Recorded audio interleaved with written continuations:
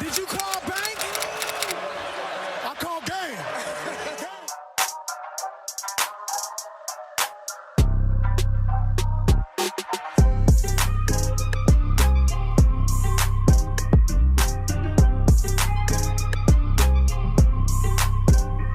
What's good, podcast world? What's good, YouTube? Back for another episode of Charge It to the Game Sports Podcast. As you can see, the fellas are all here in the building. What's good, fellas? Hey, what's man. up? Yes, sir. Working. No doubt, man. Hey, we had to start a little late because of you, man. How you know what I mean? What the hell's going on, bro? Bruh, you know how IT go, man. You know how IT go. My collar all dingy, you know what I'm saying? I'm just getting off work. Yeah. Hey, Get it. No doubt, bro. We feel you, man. But thanks everybody for tuning in. Got a great show for you guys today. We're gonna be talking on the NFL side. Gonna be talking top teams and contenders in the AFC. A lot to talk about on that end. NBA playoff breakdown. It's a lot going on. It's a ton going on. KD is out here killing them. You know what I mean? The Clippers, you know what I mean? They won without Kawhi Leonard. There's so much stuff going on that end. And then, as you always know, we're going to break down the bets of the week and everything like that. But before we get started, if you're on the YouTube page, make sure you subscribe to the channel, hit the like button, leave comments on then all major platforms, Apple Podcasts, Spotify, things like that. But in honor, we're going to switch it up today. So in honor of the Juneteenth celebration and holiday, we're spotlighting a Black-owned business. Z has a special friend of his that has a Black-owned business, and we're going to put him in the spotlight. So Z, Big Z, who you got for us, man? Who we shouting out on today's show? So we're going to talk about the Chosen Chef, Duriel Barns, yes, a.k.a. sir. the Chosen Chef, has been featured in the D.C. area on Fox 5. A.k.a. the Chosen One. The Chosen One on Good Day DC on Fox 5. He's been featured on CBS Channel 9 doing cooking demonstrations, teaching healthy cooking, and providing lessons to the public of the city's award-winning chef. In the Best of DC city paper, he was voted Best Personal Chef / Caterer. Again, the Chosen Chef, Best Local Caterer. He finished third in the Best Pie voting, which I have to dispute. Best Pie in what? The state? Yes, the DC city paper, every year they have the Best of DC. And so he was chosen third best pie. Sweet potato pie, out of this world. You could reach out to him on the chosenchef.com, which is his personal website. You can reach out to him on IG at the Chosen Chef, at the Chosen Chef. Unique story. He is a DC police officer by day and an award-winning chef by night. Again, I personally recommend the sweet potato pie if you have a chance to order it. He make that peach cobbler too? I know he makes that peach cobbler. Peach cobbler is amazing. That's my dish. Yeah. Take a look at the website. Plenty of choices. He's got a food truck as well in the summertime where you can track where he'll be located to get your food. I mean, first class, absolutely amazing food. And it's good to support our local businesses. And Black-owned businesses, man. Like that's great, man. All the things you said were great, man. Shout outs to Duriel and and his business. Like you said, DC, cop by day and chef by night, Chosen Chef, man. Shout out to him and his business. TheChosenChef.com is the website. TheChosenChef.com. And on IG it's at The Chosen Chef. No doubt, man. Hey, we're gonna definitely get some food for you to show you guys on the show. But hey, there was no excuse, man. Like I said, you heard Z say he got a food truck. He does catering. And home of the best sweet potato pie. certifies I endorse it. The best sweet potato pie I've had. Certified you endorse it. Okay. So DMV, man, DC, Maryland, Virginia, there is no excuse. If you live in the DC, Maryland, Virginia area, hit him up.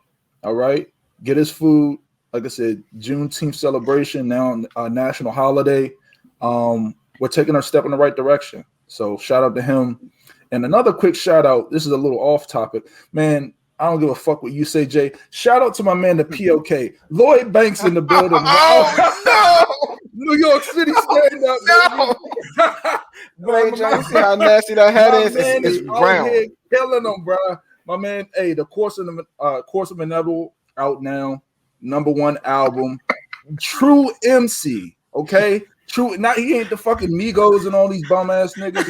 Hey, Culture 3 is fire. Excuse my language, but hey, this is real rap. This is real hip hop. Culture 3 is fire. What's that? The Culture 3 is fire. Who? Not Migos. Exactly. We supporting real rap here, okay? This is real dude, all right? So the Course of Inevitable out now. Check out my man, the POK, Lloyd Banks. Anyway. See, did you know about this? This wasn't scripted. This wasn't in the notes.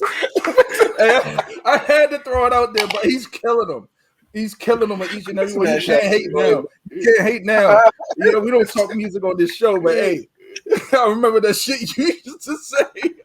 But anyway, man, we got a little off topic, but on the NFL side, man, let's talk a little bit about the we're talking about the AFC side. So AFC contenders, who makes the Super Bowl, who are some of our teams that we're looking out for on the AFC side. So fellas, who you guys looking out for and who you guys really think has a shot on the AFC side to really truly make it?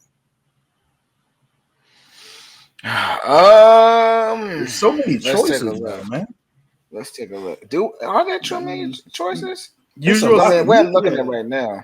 We got Kansas usual City. Suspects. Yeah, Kansas City. I mean, you got Kansas City. Kansas City upgraded the line, invested a lot in their offensive line, draft picks and free agency. So that's what hurt them in the Super Bowl. So they tried to address that. Right. Yep. Yeah. So we got Titans. Yeah. Oh yeah, Titans. Titans, my team, man. Like I said, I think I broke it a little bit down last show with the initially at the top of the show with the Julio Jones show. Julio Jones trade last show. I just think the Titans, man. With having Julio Jones on the outside, now you can. There's no way you can match up 1-on-1 with AJ Brown and Julio, and now you can't put that 8th man down the box to stop King Henry. So it's like Titans have a nasty offensive line. Like these dudes mean business. They bowl over people at the line of scrimmage and get to your second and third level. So it's like, what are you going to do? Is pick your poison. And Tannehill. So I like the Titans. That's going to be that's going to be the key. It's going to come down to he's been up and down, inconsistent at times. But the thing is with the Titans, I'm getting a lot of blowback because I've been talking to a few of my homeboys. Their defense, like I said on last show, I think their defense is much improved. Defensive backfield. Yeah, I think their defense is much improved. They brought in a few key additions with Janoris Jenkins and Bud Dupree, Caleb Farley, guys like that. Yeah. I also like, and Jay, like I said, I know you gotta say something again, but Cleveland Browns. So hey, a little backstory on Cleveland. Me and Jay was going at it for a minute, and I was just like, Cleveland's trash, man. They just one of those teams that got a lot of players, and they never just gonna, be able to do anything. But I saw something in them last season, man. I just can't fake. Like their offensive line is legit. They have the #1 offensive line in the league. The way they run the ball, and if Baker Mayfield can just go out there and make serviceable plays, you got to remember their playoff game against Kansas City. They actually was a winnable game. You know what I mean? They didn't put up no points. What did they win? Kansas City won 21-10 or some shit? Yeah. It was a very ugly game. I mean, they neutralized Pat Mahomes. And it was just a real messy game. If they can muck stuff up like that and come away with a few more points, and like I said, they were without Odell Beckham, who's their in my eyes, I know he's been banged up. He's probably the best player on offense. That's just to me. They might have played better. Might have played better without him because he did. Yeah, he did. Baker had a tendency to force the ball to Odell. I get that, but I mean, I think he it's spread the just a ball matter- around, and that's when their offense took off. That's when I think it's just they a became better matter team. of. I just think it's just a matter of him being in the system, because you got to understand that was his first year in the system, so he didn't really get a chance to get a full play. You know, get a chance to really build his rapport with Baker and the team and things like that. And I think Baker was like, okay, I got this new shiny toy. You know, I want to throw him the ball. But you can, as you saw, I mean, he's built with that rapport with Jarvis. Like Jarvis Landry is his guy. But I think Cleveland, they already got the defense. I don't even got to say nothing about Cleveland's defense, right? So I mean, their defensive backs were the weakness last year. They tried to upgrade. I mean, they gave up a lot of points. They upgraded that this week. I mean, through the draft and free agency this year. So who was the corner they drafted? It was a Greg Newsome from Northwestern. Yeah, I mean, they drafted him because what's the guy? Greedy Williams has not panned out, man. He's gonna be all right. That's LSU. He's gonna be all right. Okay. And then we know we got an Alabama best coming on in a few weeks. And that's fine. They added Clowney. So they did sign Jadeveon Clowney to be on the other side of Myles Garrett. So we'll see. Do they still have Olivier Vernon too? No, they let him go. Yeah. So replaced by Clowney. Okay. And then they signed the Falcons' former first-round pick. What's his name? McKinley. I like that. Yeah, Tack McKinley. Man. So they signed him too. More pass rush? Jesus. Yeah. So I mean, Cleveland, and you got them, like you said, Kansas City. How does everybody feel about the Ravens now? Because like I said, we are a Maryland-based podcast. How are you guys feeling about the Ravens? Like I just hate to say, you know, with the whole Lamar thing, man. He has to really step up this year with his pass. How are you guys feeling about the Ravens? Well, he can't beat Pittsburgh, so that's been their issue. Last 3 years, they've only Pittsburgh. Well, they won one game by 3 points against Duck Hodges. That's the only win versus the Steelers last 3 years. So that's his problem. Yeah. And then in the division, you lose twice to Cleveland or Pittsburgh, you're in trouble because it's always going to be a battle between those three. Yeah. How does anybody feel about the Bills, man? Like I said, I gotta say something about the Bills and Bills Mafia, just because I gotta give them respect now. Yeah, respect. They're gonna be tough. Go ahead. They're gonna be tough. I mean, the Steelers open at Buffalo. It's not an easy game. That's at Buffalo. That's a rough game. Yeah, so that's first game of the season for Pittsburgh, and so that's tough, man. Like you out there, what Pittsburgh has a tough schedule in general. Yeah, they got the toughest schedule in the league based on last year's records. I would have, like I said, I mean, I think Pittsburgh is going to be a solid team, but their schedule is just so incredibly difficult. It's just like you getting the top, you know, the cream of the crop almost every week, and your division is crazy. The reward for the 11-0 start next year, you have the toughest schedule. Yeah, your division is crazy, man. I mean, you got Cleveland, you got the Ravens. I mean, the Bengals are the Bengals, but Bengals get Joe Burrow back. Bengals is free, so we'll see. That's still free dub. AFC North, nothing's a free dub year after year. It's gonna be fun. It's gonna be fun. Bengals looking real free. Yeah, well, I mean, they just don't have the pieces up front. I think they and Jaguars. Who's that? What, free dubs? Looking at the free W's. Oh yeah, well the Jags is trash. I mean, if you got Houston, if you got Urban Meyer as your head coach, I mean, you're gonna be trash. That's just my opinion. But yeah, so we got those. Dang. What? That's just my opinion. I'm telling you, like I said, I'm not gonna get into it. We'll probably get into another show. But I think Urban Meyer's big trash. I think he's just one of those guys, the Nick Saban guys. He's a college coach, man. Yeah, college coaches. Go back to bossing your little kids around, man. Go back to playing mind games with them. You can't do this at the NFL level. If you tell them to do, if they don't respect you and you tell them to go do something, they're gonna say shut the fuck up. And I mean the history, maybe Pete Carroll has had success, but he didn't have success initially with New England, coming straight out of college. Nick Saban struggled with the Dolphins. It's a tough transition to come straight from college to the league. I mean, you have to go back to Jimmy Johnson to be the, I guess, example of highly successful college coach who was highly successful in the NFL. It's a different game. It's different personalities. I mean, there are many more examples of failures like Bobby Petrino and etc. And what's the other guy? Even Tony Covington was talking about Dennis Erickson. College coach. Yep. You know, he said he hated him. He didn't know what he was doing. Yeah, but like I said, we'll even ask our next guest when he comes on Monday's show, Micheal Montgomery, former Green Bay Packer. You know, what is the difference of college and NFL? But you know, like I said, that's it for the NFL side, fellas. So now for this NBA side, man, it is so much going on with the NBA playoffs, man. Let's start up at the top of the show with this Suns and 4. Just like that, man. Straight like that. Just like that. Mm-hmm. Let's talk and chat about this Philly and Atlanta series.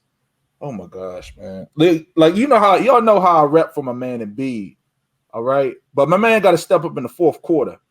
I looked at a stat. They were showing a stat on ESPN. He's 1 for 14 or 17 in the fourth quarter of the last 2 games. You know what I mean? I know he's hurt now, but hey, last game he did come to play. You know, he put up 37. Maybe his knee started aching him late.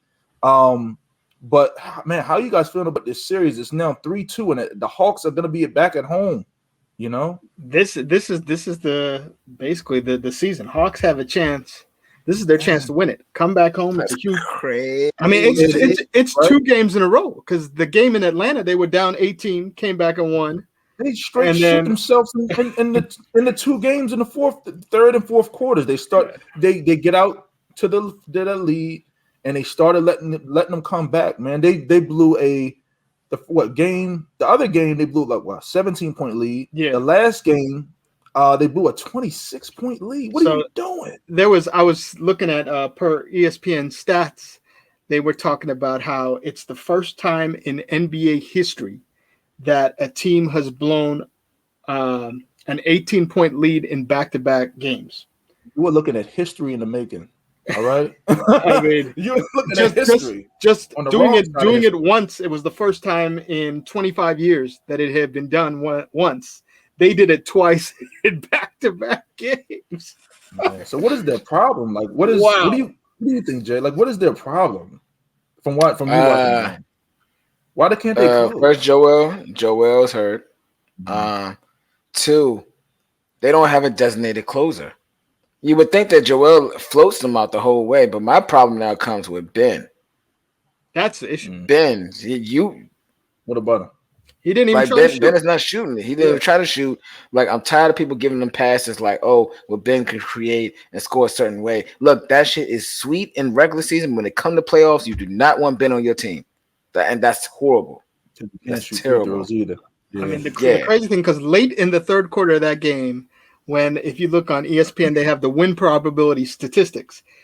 The Sixers had a 99.7 win probability for that game.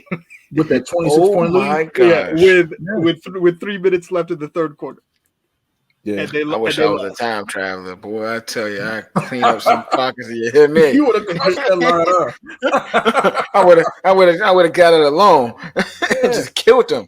Philly was a heavy favorite, man. Like I said, I mean, that game, what was it? Game 5, they were 7-8 point favorites because I think I saw something in the media. Clint Capella was talking shit about Joel Embiid, and Embiid said he was going to come out and show him. And you could see it. He even got a T. He was letting Clint Capella know, hey, I'm Embiid. Like you're a scrub. Like you just get it off the rebound type dude. They had AI. Ringing the bell before the game. They were rocking. The crowd was going crazy. They was rocking. They were going crazy.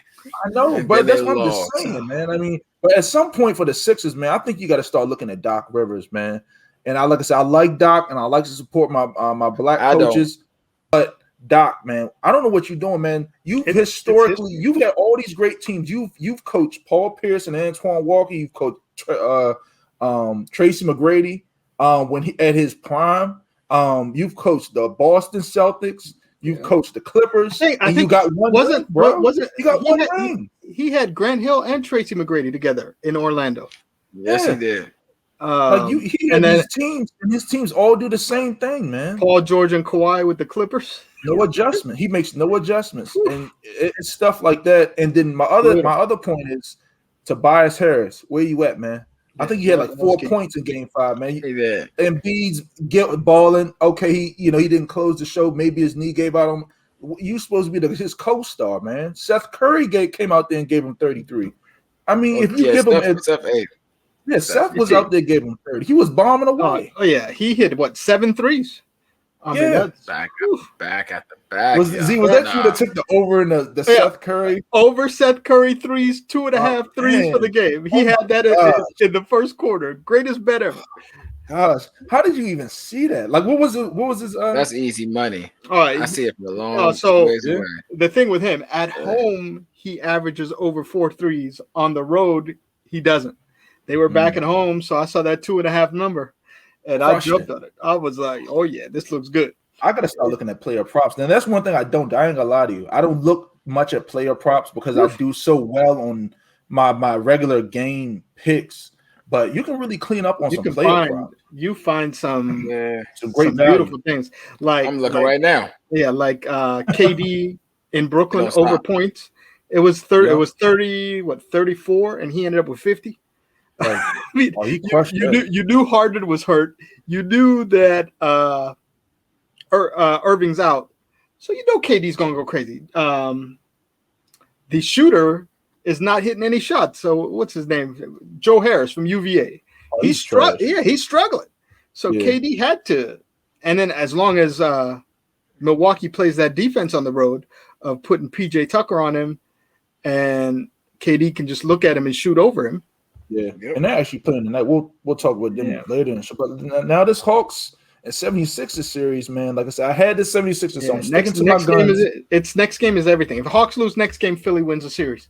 Now, what do you guys think? They got to win at home. Game 6. Who wins? Who wins Game 6? I'm going with still Philly. You going Philly like Game 6? Because it's like there's no way you're gonna drop that 26 point, 18 point lead 3 times in a row. Like I mean, I'll be on the wrong side of history for me to bet against them. So it's I'm going with 76ers, man. I'm playing the safe. Okay, what you guys do? Who's the game? Well, the safe from a betting perspective, take the plus points in the Hawks at home. I think the trend of the game is going to be the same thing as the last 2 games. Philly will come out hot. They'll come out making shots, but then they'll make no adjustments at halftime, and the Hawks will come storming back. You think there's a third time? I don't think it's in the bag. That plus points because the game in Atlanta, I literally had it was plus 5, and they were down 26. I'm thinking my bet is dead. I have no shot, and I literally saw at one point they were plus 550 on the money line. The Hawks were, and they came back and won. And then so the next game in Philly, I learned my lesson. So I took plus 8 pregame. They were down. They were down 26 again. I didn't catch the right number, but I waited to plus 18.5. I said, that's a good number. Let me bet that plus 18.5. And they came back and won. I just can't believe they blew a 26-point lead, man. Like at some point they got to step up. But for me, for Game 6 tomorrow night, man, which is Friday. Yeah.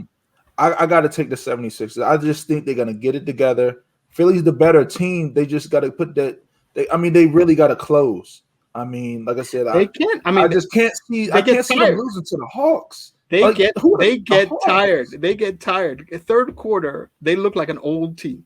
It's when Embiid goes out, man. And then Ben Simmons has no confidence. None. Yeah. He won't even try. He'll be wide open for a 10-foot jump shot, and he won't take it. He'll pass. Yeah, he can't shoot. Frustrating. It is. Let's move on and talk about this next series. So, looks like it's Milwaukee and Brooklyn. They're actually playing tonight, which is Thursday, the 17th. We're talking to you while the game is actually going on. The current score of the game right now is 48-59, halftime Milwaukee's way. Let's talk about last game, man. Game 5. If you were in the charge to the game group, I shared a link out there with KD at Rucker Park, and my man was going crazy on the mic. I think it was the dude that was just, the hype man. He was out there calling my man Kate just, I am the best, like literally. And I shared the link, and I was like, if for the Nets to win that game, excuse me, he would have to have a Rucker Park type game, and he did. He came out there and killed him, dropped 50 points on him, okay, and showed him why he is the best. Like literally, like he just cooked everybody. PJ Tucker, Giannis didn't want it with him. Nobody wanted it with him. And like I said, Harden was out there. And I think Jay, me and you were talking chat with it a little before the show. I know you said he didn't have a great production output. I think it kind of helped him out to an extent, having Harden back. Just gives him another ball handler, another option, another heady, smart veteran guy. He did play some defense on Giannis now down the stretch, because if you look, I think Giannis at the end, when the game was close, tried to post Harden up, and Harden backed off his help. He was like, I got him. He held his own and forced Giannis to miss, and and that's what happened. So, James Harden actually playing solid defense and getting rebounds. But for Brooklyn, man, game 6 tonight, halftime, they're within striking distance. It's a matter of can they pull out game 6 and close out the show. But how are you guys feeling about this series and last game, which was game 5, and tonight's game? Whew, it's going to be game 7 in Brooklyn. Harden looked like he may have tweaked his hamstring again in the first half. Yeah. So that oh man, that's gonna be amazing. There's nothing like game 7. Yeah. And this will be a legacy game.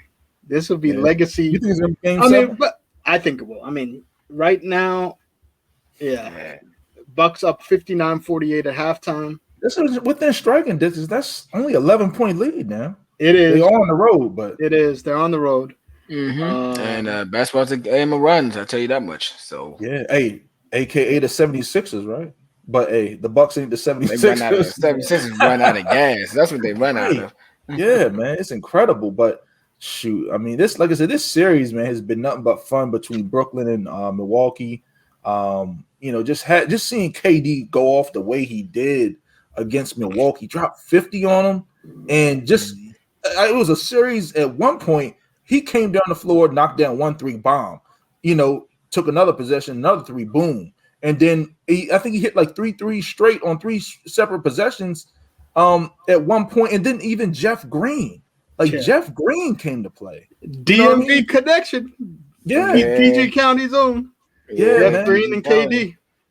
Jeff Green. 27. KD. Jeff Green had been out too for a long time. Yeah. He'd been out. He missed the whole last series and this series, and just came out. Was reliable. 27 points from Uncle Jeff. Wow. And played solid defense. Yeah, that was beautiful. Rebound. PG. Gorgeous Prince George's. Hey. All right. It's something in the water, right? That's what the documentary. Yeah, something in the water. Yeah, man. So, like I said, Uncle Jeff came out there, gave it to him. I think he hit like 5. Uncle Jeff, y'all. Yeah. Wow. Yeah, that's what they call him. That's what they call him. For real? Oh, wow. Look, it was like the old OKC reboot. All they needed was Westbrook out there. You had we don't want we don't speak of those things. Think about that. Between Harden, KD, Jeff Green, you add Westbrook, you got the old we don't want the old OKC team. Keep him in Washington, okay? If you have Westbrook on your team, you got no shot. You're going home, okay? Because he's gonna just take the ball and jack it up, and he's gonna miss. I have keep him on your teams. He did average a triple-double. Yeah. Where they went average home in the a first triple-double. round, didn't they? Average a triple-double. I think he got snubbed. He should have been on that third team All NBA. Who was the point guard and the shooting guard ahead of him? It was Beal and Kyrie. They voted Kyrie ahead of Westbrook. I guess Kyrie missed her take a vacation in the middle of the season. Got it over a man averaging a triple-double. I'd rather have Kyrie than Westbrook. This season? I would rather have. It's a regular season award. But the thing is, Kyrie will sometimes give you 25, and Westbrook will give you 10, 14 and 12. I don't on 10 average, points. he averaged a triple double on the season. Yeah, but Nobody else. That's just what he does, though. It doesn't translate. Nobody Jay was else. saying it. Doesn't translate to wins. I mean, but nobody else in the league did that. Nobody. Yeah, He can keep doing that, but he ain't gonna win nothing. He ain't winning nothing. So But that's why nobody in the league doing it. But as a Wizards fan, I'll take Bradley Beal being on the All NBA. Yeah, now Bradley Beal. Russ got snubbed. They both. I would have put him higher. But that's a conversation for now. I would have put Bradley Beal first or second team because he had an incredible year. But how you guys feeling about this Nets and Milwaukee series? So do you think it's all you guys think it's gonna be Game 7, right?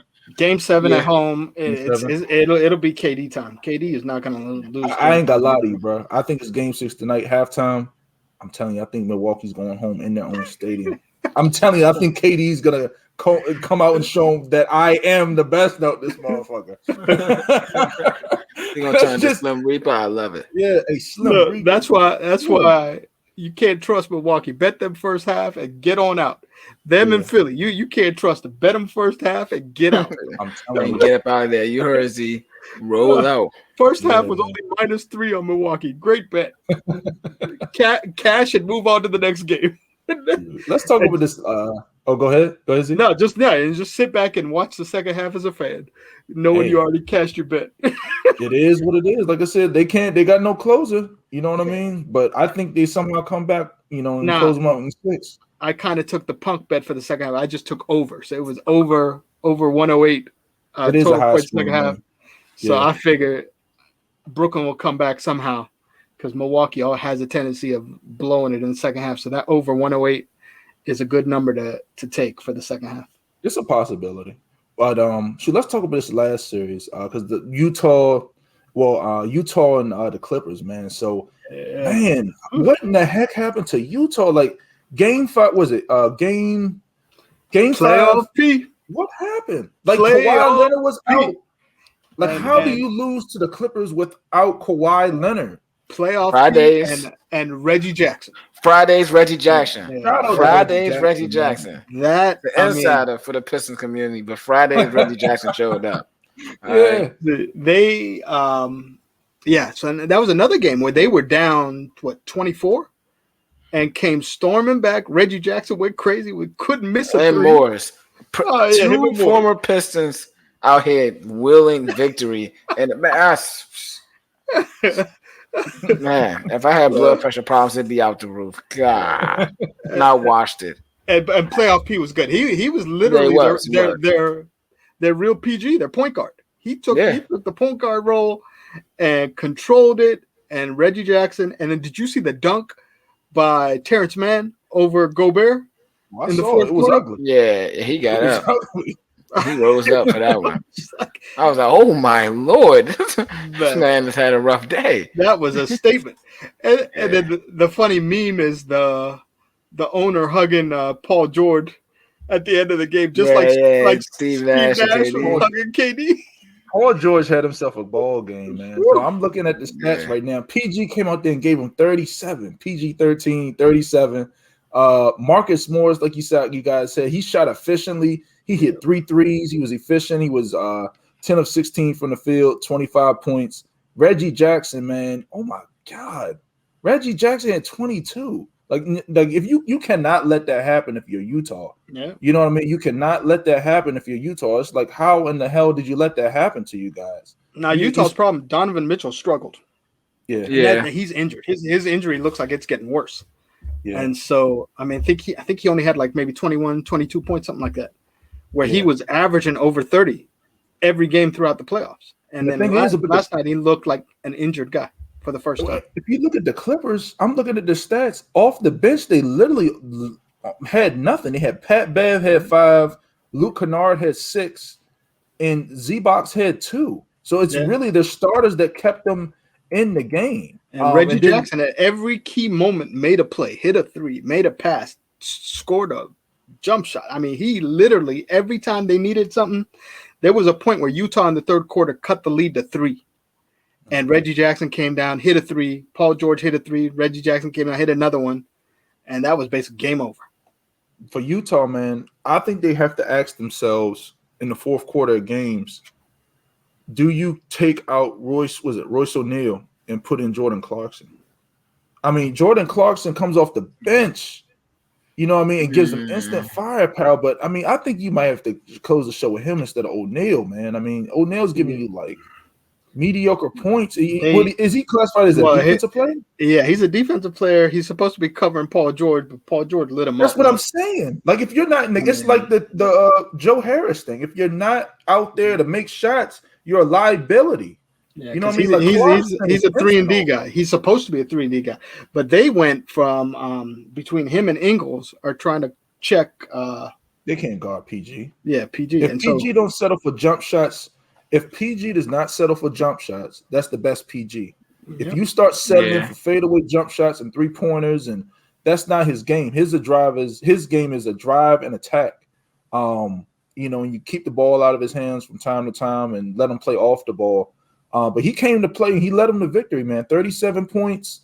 Now what? Game 6 is going to be back? Game 6 Friday night. It's going to be huge because Clippers is at home. Kawhi playing? Is Kawhi going to play? Kawhi might be out for the season. So that is he that? He might be out for the season. So the key is going to be for them because Phoenix sitting there waiting on him, and Chris Paul's in COVID protocol. So if the Clippers somehow win this game, then game 1 is going to be on Sunday, and Chris Paul is out. Yeah, that's not good. I think he'll be back. Yeah, but if the Jazz win, he'll be back, because if the Jazz win, the game won't be till Tuesday, and Chris Paul will be back for game 1. So Clippers could get an advantage if they could not only win at home, end this series, and then get the gift of playing Phoenix coming off a layoff without Chris Paul. Yeah, that's a nervous wreck. So it's a weird series, man. I mean, if Kawhi Leonard does not come back, the Clippers have no shot at the Suns. If they did have a shot, like I said, I picked the Clippers to go to the finals with Kawhi. They still have a shot. They looked good last night. They can't beat the Phoenix Suns. If they get past you, they can't beat the Phoenix Suns. It's a done deal. Healthy Phoenix Suns. I can't see it, man. Like I said, if they were healthy now, if they had Kawhi and all the other pieces, I would take the Clippers all day. That's just me. So from my perspective, Clippers match up good with Phoenix. With Phoenix, if Phoenix is off, now Utah matches are bad. Phoenix destroyed Utah this season. So well, I know they're sitting there hoping Utah could win this because Phoenix totally dominated. Booker went crazy against Utah this season. They couldn't stop him at all. So, I mean, he's just sitting there licking his chops, hoping Utah wins. So who wins the series? Who wins the series, fellas?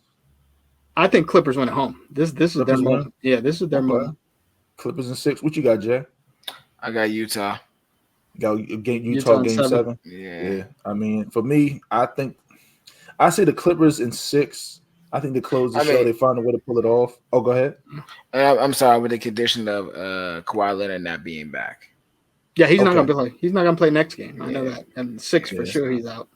I think I think the Clippers still win without Kawhi Leonard. Just seeing how they play, and now they're back at home, so they're gonna get all the calls from the refs. And the bench guys will play better. All the bench guys are gonna play better. Luke Kennard, instead of having 6, he might have 14 or more. Pat Beverly, get the crowd going. You know what I mean? He might do his little stuff he does, and Marcus Morris might have 25 again or something like that. But I mean, that's just me. You know what I mean? I think the Clippers win, but like it's still very fun NBA playoff action. Utah's shot was the last game, and they blew it. I mean, Clippers, they blew it, man. Clippers won a game they weren't supposed to win. Yeah. So now it's basically house money going home. You gotta close it out at home. They better not do the typical playoff P and the typical Clippers going Clipper. If they Clips going clip, baby. Yeah. If they lose this game, it'll be man. Yeah. Blow all that shit up. Yeah. Knock everything over. Hey. It is what it is. But hey, briefly before we move on to the bets, fellas, I know we were chatting a little bit before. It's a lot going on in the NBA as of today. Coaches getting fired, things like that. I know. I just want to chat about this just really quickly. Scott Brooks, they moved on. Washington, you moved on from Scott Brooks. Stan Van Gundy. Finally. See, I gotta hear from you. So Let's as a Washington Wizards fan, he said, "Let's rejoice." You have why you? I thought that was your boy. Let's rejoice. No. Yes. Let's rejoice. Yes. I lied. I'm with you. Mediocre. I mean, they let him see the full 5 years. They're gonna let him finish that contract. That's the advantage of the next coach. Wizards can compete with some of these other better teams. Who are the options now, coach? Who are they looking at? Washington. Well, so Sam Cassell's name since he was here when Bradley Beal was young, he was big on Bradley Beal's development.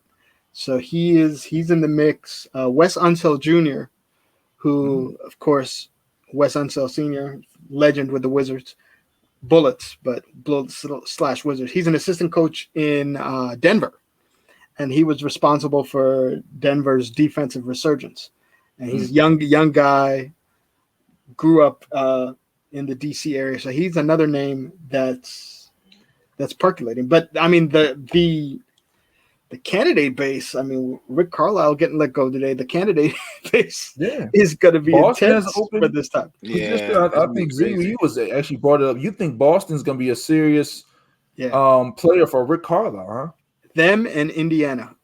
So he played at Boston his career, played with Larry Bird. And then when Larry Bird became the head coach of Indiana, he was his top assistant at Indiana when they had the teams that always they lost to the Lakers in the finals, and they kept losing, going all the way, and they couldn't get out of the East. But he was the top assistant at that time. So he's got Indiana roots, he's got Boston roots. So one of those two, I think, will get Rick Carlisle.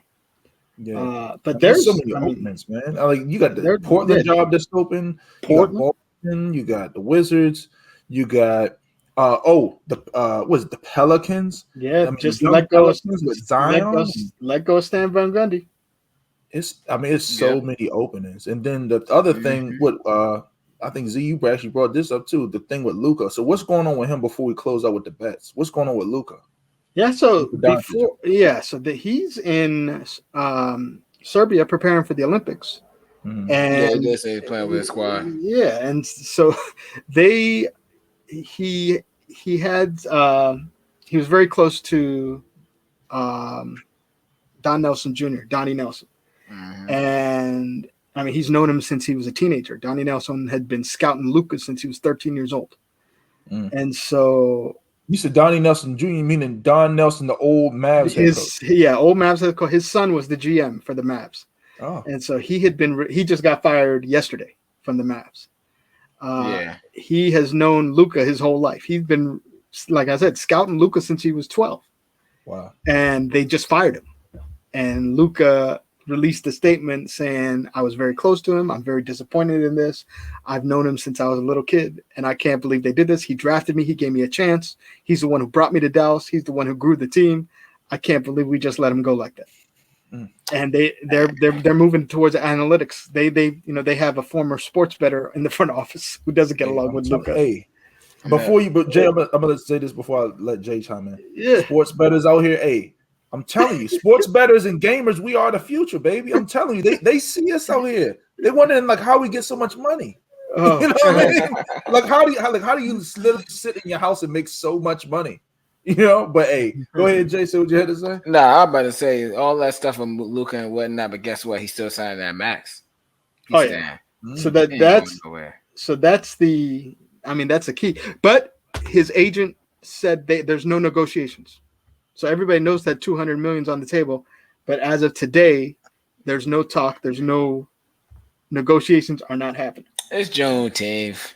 Luka out here probably got the African fit out there, you know, right now and then Dallas looking crazy, you know.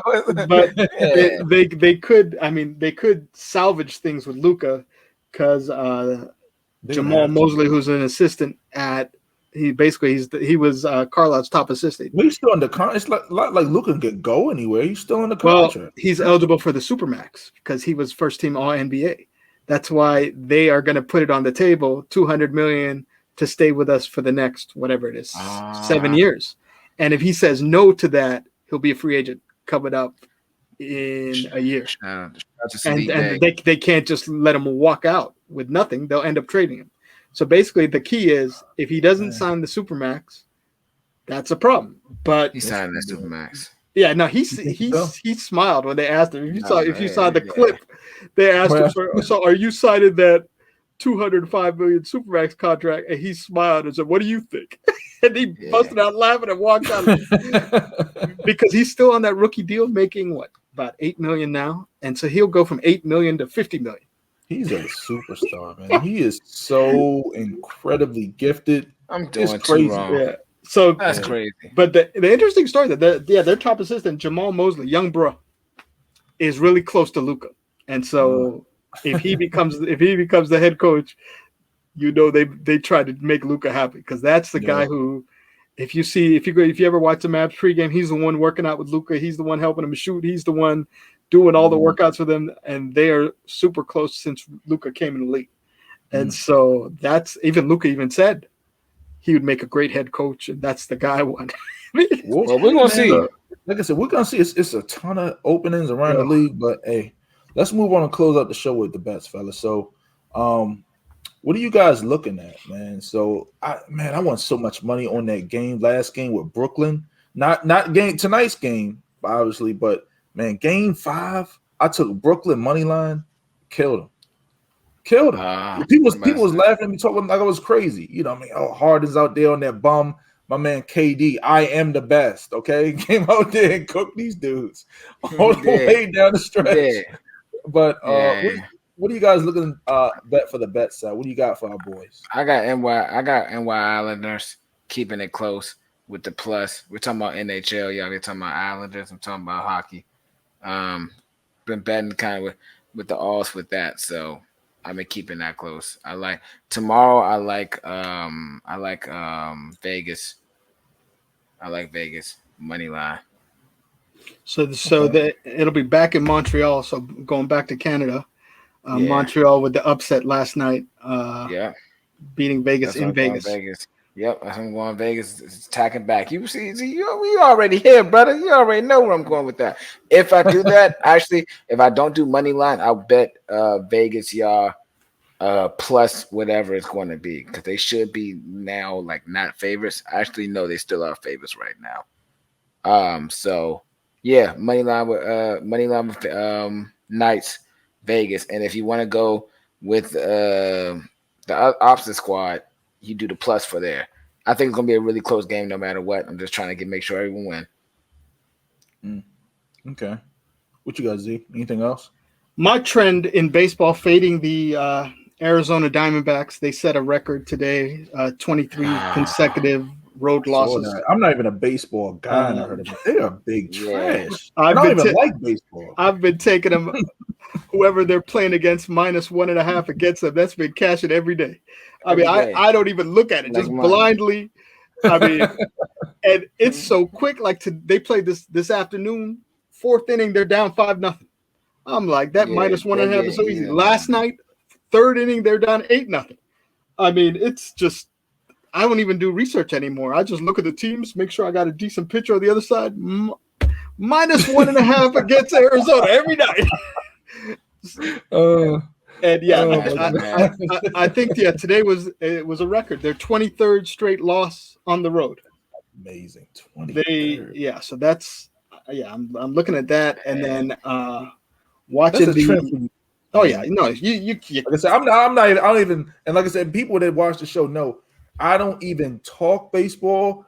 I'm not even gonna. I wear the baseball hats now, okay? But we don't even talk baseball on the show. But when it comes to betting, a stat like that doesn't lie. 23 straight.